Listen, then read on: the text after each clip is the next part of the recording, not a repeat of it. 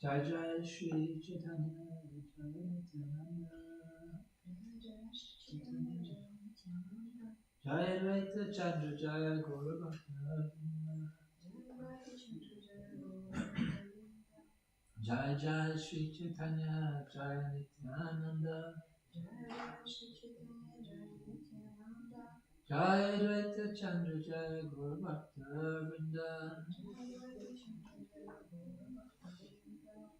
We read from Sri Chaitanya Charitamrita, Madhya Lila, chapter 16, chapter entitled The Lord's Attempt to Go to Vrindavan, and we're at text 208. When the Lord stayed at the house of Madhavadas, many hundreds of thousands of people came to see him.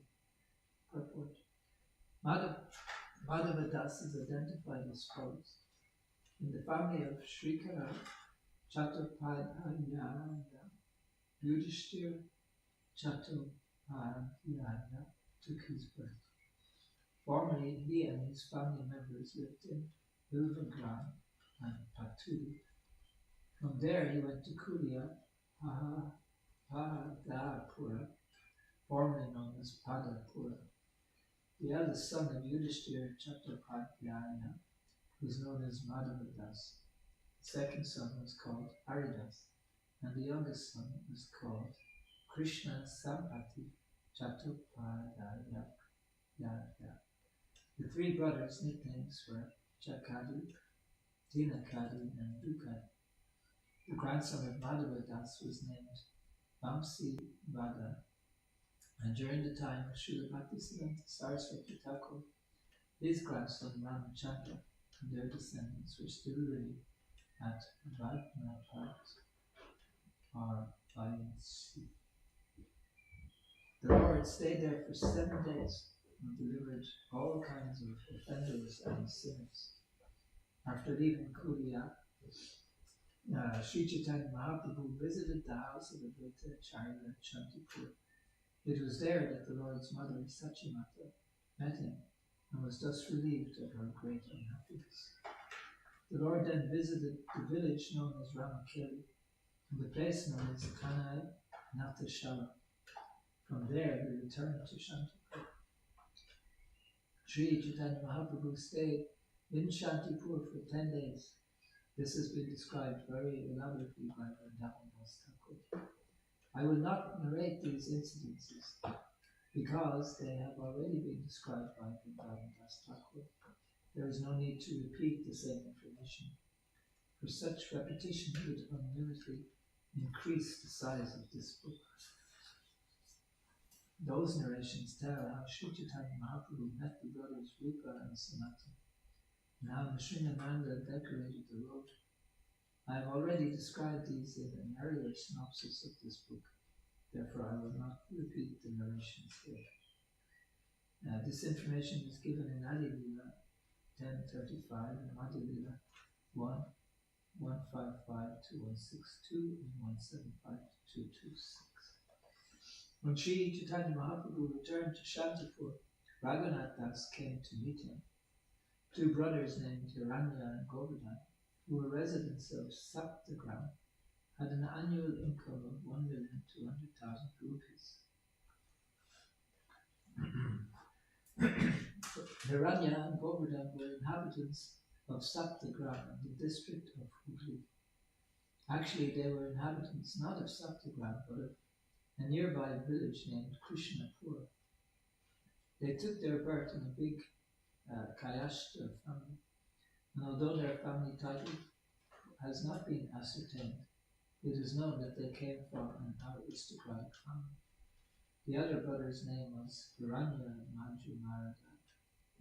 Majumadara, and the younger brother's name was Govardhan Majumadara. Sri Raghunath Das was the son of Govardhan Majumadara.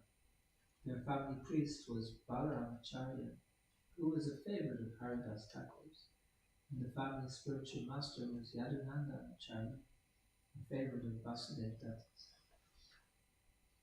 The village of Saptagram is located on the eastern railway from Calcutta to Burdwan, and presently the railway station is called Trishabiga. In those days there was a large river there known as the Saraswati, and present day Trishabiga is a great port. In 1592, the Pathans invaded, and due to a flooding of the Saraswati River in the year 1632, this great port was partially destroyed. It is said that in the 17th and 18th centuries, Portuguese businessmen used to come aboard their ships. In those days, Saptagram, situated on the southern side of Bengal, was very rich and popular. The merchants who were principal residents were called Saptagram Suvarnavanaks. There were very many rich people there, and Hiranya Majumadara and Govardhan Majumadara belonged to the Kayashka community. They also were very rich, so much so that it is mentioned in this verse that their annual income as landlords amounted to 1,200,000 rupees. In this connection, one may refer to the Adilila, chapter 11, verse 41, which describes Udarana Dat, who also belonged to the Sapti Grami Survarnavana community. Both Hiranya Majumadara and Govardhan Majumadara were very opulent and magnanimous. They were well behaved and devoted to Brahminical culture. They belonged to an aristocratic family, and among religionists they were predominant. Practically all the Brahmins residing in Nadia were dependent on the charity of Hiranya and Govardhan, who gave them money, land, and villages. Although Navadvip was very opulent and populous during Sri Chaitanya Mahaprabhu's time, practically all the Brahmins depended on the charity of Hiranya and Govardhan. Because the brothers highly respected the Brahmins, they very liberally gave them money. Nilambara Chakravarti, the grandfather of Sri Chaitanya Mahaprabhu, was much worshipped by the two brothers. Nilambara Chakravarti used to treat them as his own brothers. Formerly, these two brothers had rendered much service to Mishra Purandara, the father of Sri Chaitanya Mahaprabhu. Because of this, the Lord knew them very well. Raghunath Das was the son of Govardhan Majumadara. In childhood, he was uninterested in material enjoyment. When Sri Chaitanya Mahaprabhu returned to Shantipur after accepting the renounced order, Raghunath Das met him. When Raghunath Das went to see Sri Chaitanya Mahaprabhu, he fell at the Lord's lotus feet in ecstatic love. Showing him mercy, the Lord touched him with his feet. Raghunath Das's father, Govardhan, always rendered much service to Advaita Acharya. Consequently, Advaita Acharya was very pleased with the family. When Raghunath Das was there, Advaita Acharya favored him by giving him the food remnants left by the Lord. Raghunath Das was thus engaged for 5 or 7 days in rendering service to the Lord's lotus feet. After bidding farewell to Raghunath Das, Sri Chaitanya Mahaprabhu returned to Jagannath Puri. After returning home, Raghunath Das became mad with ecstatic love. Raghunath Das used to run away from home again and again to go to Jagannath Puri, but his father kept binding him and bringing him back. His father even had 5 watchmen guarding day and night. 4 personal servants were employed to look after his comfort, and 2 brahmanas were employed to cook for him. In this way, 11 people were incessantly keeping Raghunath Das under control. Thus he could not go to Jagannath Puri, and because of this, he was very unhappy. When Raghunath Das learned that Sri Chaitanya Mahaprabhu had arrived at Shantipur, he submitted a request to his father. Raghunath Das asked his father, "Please give me permission to go see the lotus feet of the Lord. If you do not, my life will not remain within this body." Hearing the request, Raghunath Das's father agreed. Giving him many servants and materials, the father sent him to see Sri Chaitanya Mahaprabhu, requesting him to return soon. For 7 days, Raghunath Das associated with Chaitanya Mahaprabhu in Shantipur. During those 7 days and nights, he had the following thoughts. Raghunath Das thought, How shall I be able to get free from the hands of the watchman? How shall I be able to go with Sri Chaitanya Mahaprabhu to Nilachar? Since Sri Chaitanya Mahaprabhu was omniscient, he could understand Raghunath Das's mind. The Lord therefore instructed him with the following reassuring words. Be patient and return home. Don't be a crazy fellow. By and by you will be able to cross the ocean of material existence. Purport. As stated in Srimad Bhagavatam 10:14-58. Sam asrita yakada parava paramam mahat padam punya yasho maraya bhavam budhir vatsa padam param padam yara padam meditation. This material world is just like a big ocean. It begins with Brahmaloka and extends to Patalaloka. And there are many planets or islands in this ocean. Not knowing about devotion of service, the living entity wanders around this ocean, just as a man tries to swim to reach the shore. Our struggle for existence is similar to this. Everyone is trying to get out of the ocean of material existence. One cannot immediately reach the coast, but if one endeavors, he can cross the ocean by Sri Chaitanya Mahaprabhu's mercy. One may be very eager to cross this ocean, but he cannot attain success by acting like a madman. He must swim over the ocean very patiently and intelligently, under the instructions of Sri Chaitanya Mahaprabhu or his representative. Then one day he will reach the shore and return home back to Godhead. You should not make yourself a show bottle devotee and become a false renunciant. For the time being, enjoy the material world in a befitting way, and do not become attached to it. The word markata vairagya, indicating false renunciation, is very important in this verse. Srila Bhaktisiddhanta Saraswati Thakur, commenting on this word, points out that monkeys make an external show of renunciation by not accepting clothing and by living naked in the forest. In this way, they consider themselves renunciants, but actually they are very busy, enjoying sense gratification with dozens of female monkeys. Such renunciation is called markata vairagya, the renunciation of a monkey. One cannot be really renounced until one actually becomes disgusted with material activity and sees it as a stumbling block to spiritual advancement. Renunciation should not be falgu, temporary, but should exist throughout one's life. Temporary renunciation or monkey's renunciation is like the renunciation one feels at a cremation ground.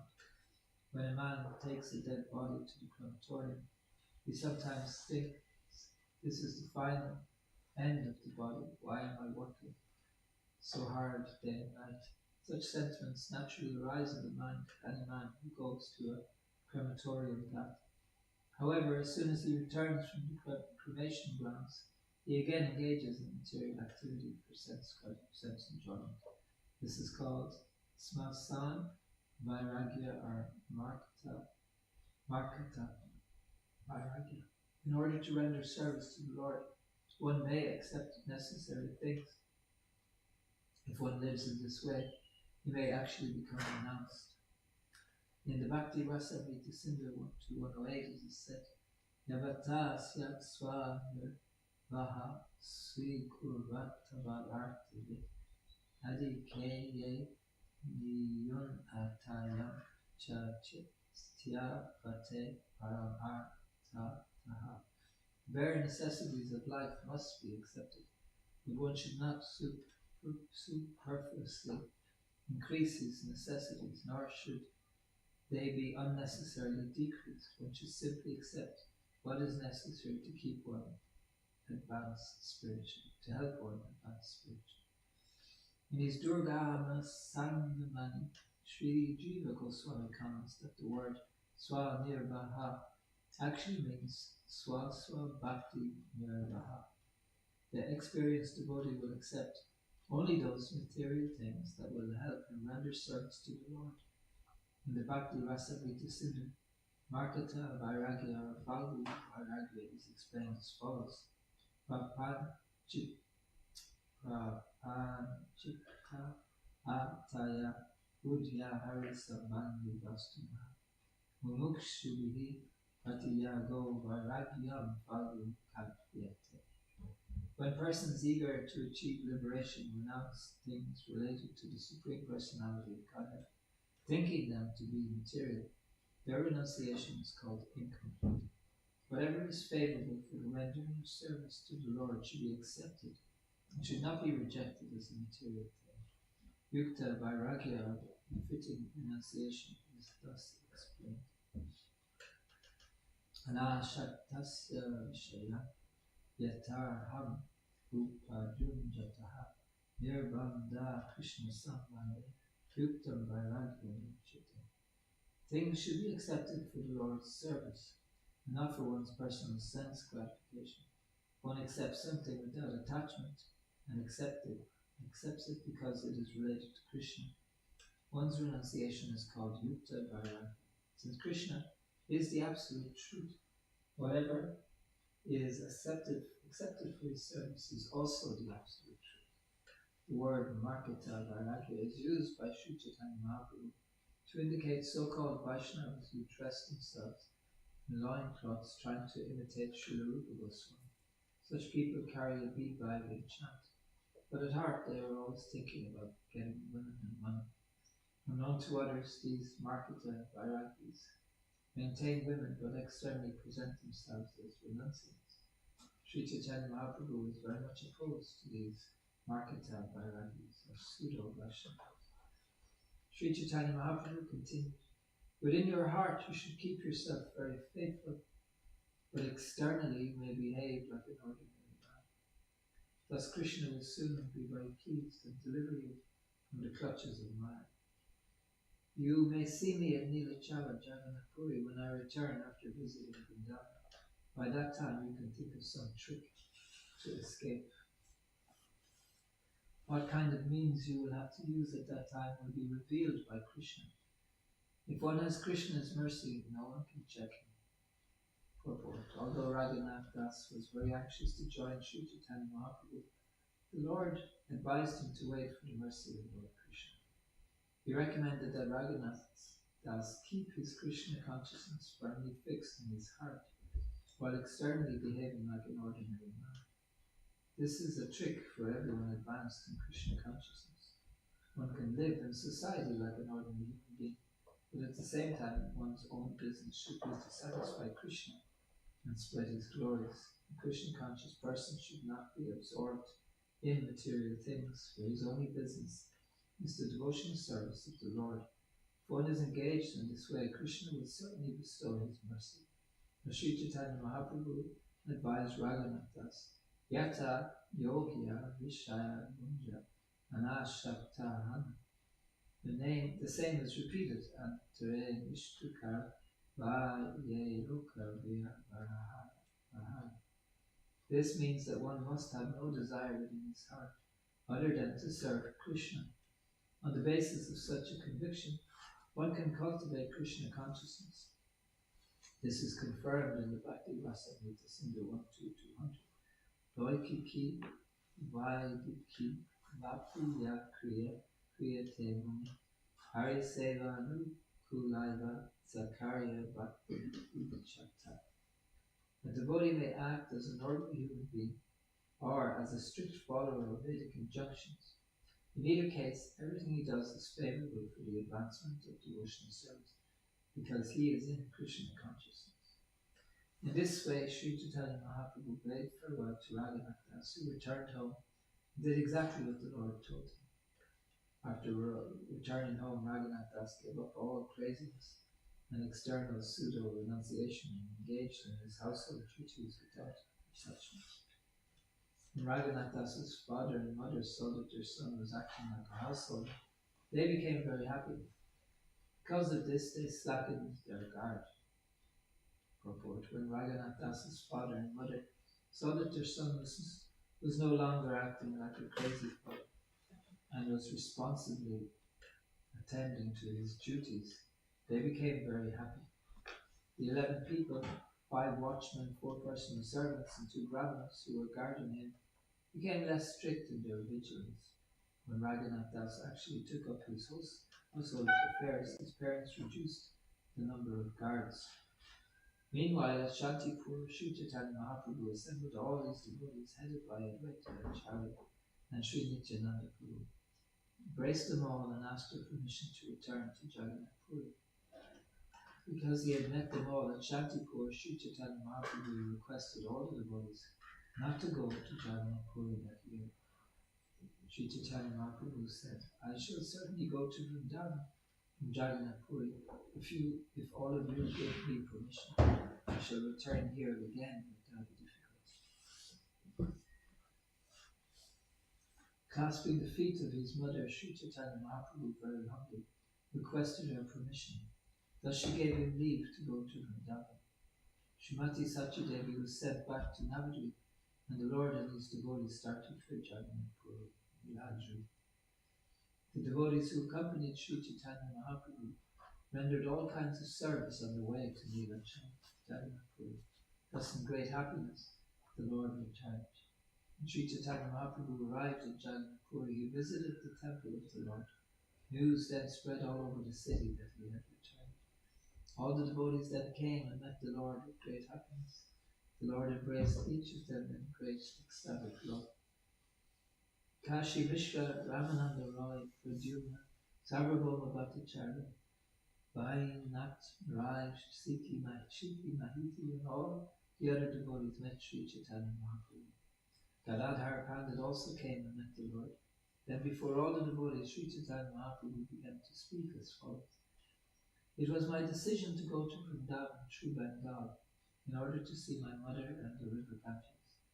Thus I went to Bengal, but thousands of devotees began to follow me.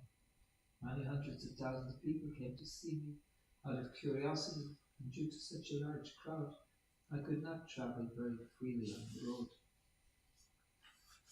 Indeed, the crowd was so large that the house and the boundary walls of the house where I stayed were destroyed, and wherever I looked, I could see only large crowds. With great difficulty, I went to the town of Ramakeli, where I met two brothers named Rupa and Sanatana. These two brothers were great devotees and suitable recipients of Krishna's mercy. But in their ordinary dealings, they are government officials, ministers to the king. Srila Rupa and Sanatana are very much experienced in education, devotion, service, intelligence, and strength. Yet they think themselves inferior to straw in the street. Indeed, the humility of these two brothers could even melt stone. Because I was very pleased with their behavior, I told them, although you are both very much exalted, you consider yourselves inferior. Because of this, Krishna will very soon deliver you. Therefore, such are the qualifications of a pure devotee. Materially, one may be very opulent, experienced, influential, and educated, but if one still thinks himself lower than the straw on the street, one attracts the attention of Sri Chaitanya Mahaprabhu or Lord Krishna. Although Maharaj Prataparaja was a king, he took up a broom to cleanse the road for Lord Jagannath's chariot. Because of this humble service, Sri Chaitanya Mahaprabhu was very pleased with the king, and for that reason the Lord embraced him. According to Sri Chaitanya Mahaprabhu's instructions, a devotee should never be puffed up by material power. He should know that material power is the result of one's past good activities, karma, and is consequently transient. At any moment, all one's material opulence can be finished. Therefore, a devotee is never proud of such opulence. He is always humble and meek, considering himself lower than a piece of straw. Because of this, the devotees are eligible to return home back to Godhead. After speaking to them in this way, I bade them farewell. As I was leaving, Sanatana told me, it is not appropriate for one to be followed by a crowd of thousands from going to Vrindavan. Although I heard this, I did not pay it any attention, and in the morning I went to the place named Kanai Natashala. At night, however, I considered what Sanatana had told me. I decided that Sanatana had spoken very well. I was certainly being followed by a large crowd, and when people would see so many men, they would surely rebuke me, saying here is another imposture. I then began to consider that Vrindavan is a very solitary place. It is invincible and very difficult to attain. I therefore decided to go there alone, or at the utmost with only one person.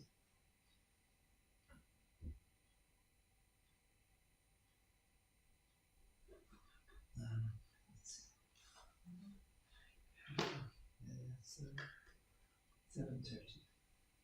Yes. So, 2:70.